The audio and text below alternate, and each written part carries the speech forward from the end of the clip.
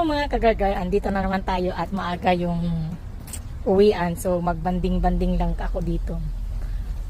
Masarap yung hangin dito. Tingnan nyo. Masarap. Ano dito, ang lilim. Tingnan nyo. Lagi akong naglalakad dito kasi yung simoy ng hangin. Tapos masarap talaga. Parang ang fresh ko.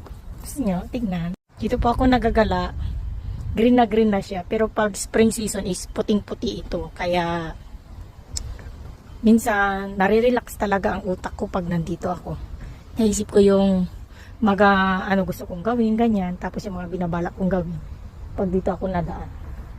Kasi refreshing talaga. Tapos ano ka pa sa sapa. Ayan oh.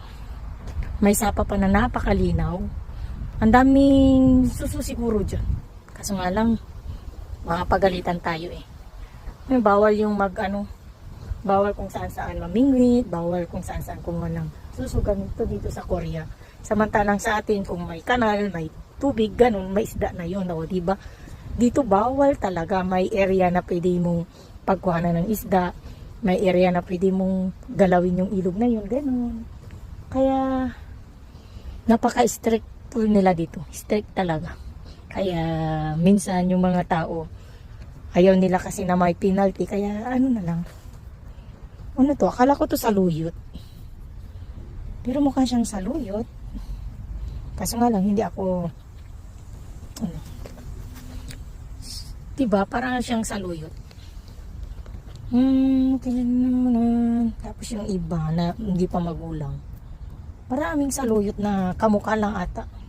Naglakad-lakad tayo dito. Wala tayong panghawak ng camera at hindi ko dinala kasi akala ko hindi ko magagamit kasi sa bag masikip, tapos yun pala ay kakailanganan natin, o diba?